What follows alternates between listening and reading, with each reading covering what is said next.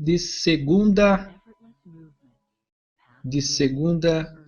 a sexta-feira, 21h30, programa Advogado ao Vivo, e aos sábados, 12h30.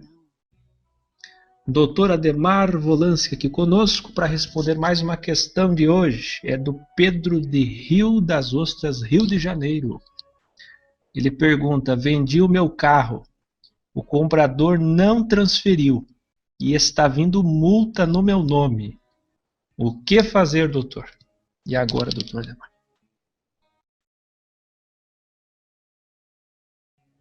Está sem som, doutor.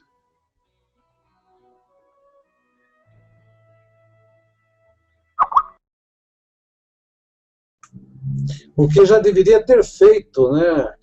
Provavelmente, porque, na realidade, quando a gente vende um automóvel, a gente deve pensar da seguinte maneira: o automóvel é mais ou menos como se fosse uma arma.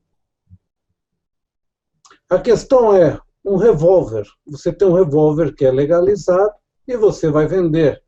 Você, para vender esse revólver, você entregaria simplesmente a um terceiro que você não conhece e deixaria ele ir embora com aquele bem? Eu acho que não. Ninguém em sã consciência entregaria uma arma a alguém que não conhece. O veículo é basicamente a mesma coisa, guardadas, obviamente, as devidas proporções. Por quê? O veículo ele pode ser usado como uma arma, sim. Arma, inclusive, para cometer delito. Uma arma, por exemplo, é o veículo para fuga de um assalto, de um roubo, um assassinato, atropelar alguém, enfim, uma série de circunstâncias que podem advir. Eu digo ao Pedro que, se ele está tendo problemas só com multas por enquanto, esse mal ainda é menor do que aquilo que ele poderia sofrer em decorrência do ato impensado dele. Mas agora que está com este problema, o que fazer? Tá? Este é o dilema. Primeira coisa que ele pode fazer, tá? Se ele tiver em suas mãos aquele recibo que a gente faz, uma cópia do recibo com firma reconhecida, tá, deles, tá, que foi feita a transferência, tanto do vendedor, que é ele, o Pedro, e do comprador, tá, uma cópia autenticada daquele recibo, ele pode levar ao Detran e comunicar que houve a venda daquele bem e a quem ele passou, e automaticamente as multas, a partir de então, irão para o nome deste terceiro que adquiriu o veículo.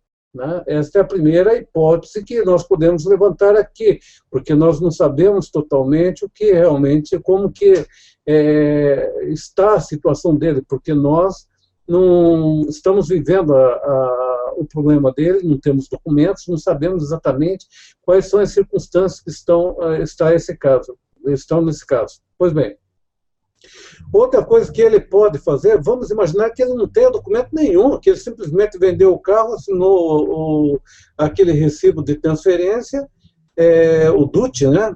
E assinou, reconheceu firme, entregou ao indivíduo e ele foi embora com aquele documento e o carro. O que fazer nesse caso? Ele tem que descobrir para quem ele vendeu, ele deve saber. Se ele souber, ele vai ter que entrar com uma ação em nome contra esse indivíduo, obviamente pedindo que ele faça a transferência imediatamente do veículo, né? Obviamente, se houve pontuação, ele pode, inclusive, pedir danos morais para esse camarada, porque, afinal de contas, ele está tendo um prejuízo moral, vendo o seu nome com problemas de pontuação na carteira, né? E aí, obviamente, buscar essa reparação desse prejuízo causado a ele. Né? Basicamente, seria isso.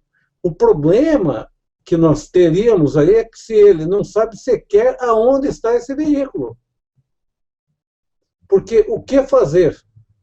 Tá? Se ele não sabe onde está o veículo, não sabe para quem transferiu, aí a coisa complica. Tá? Não teria como entrar com uma ação contra quem ele não conhece. Aí a coisa complica. Né?